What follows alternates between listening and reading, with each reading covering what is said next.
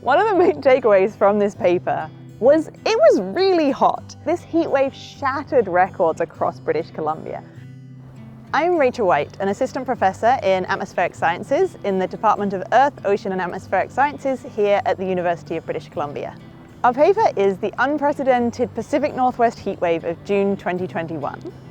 So the paper came about because me and a number of graduate students from this department decided to organize a seminar for our department on this Pacific Northwest heatwave that we'd all just experienced. And we even compared that to how much records were broken in some other infamous heat waves. And so we looked at the European heat wave of 2003 and the Russian heat wave of 2010, both of which killed tens of thousands of people, and found that actually in terms of the amount by which local records were broken, this heat wave in the Pacific Northwest in 2021 was much larger. We pulled together a number of the different impacts. We showed that there were over 800 people were sadly killed by this heat wave. We looked at the impacts on marine life, and one statistic is certainly billions of marine creatures were killed in this heat wave.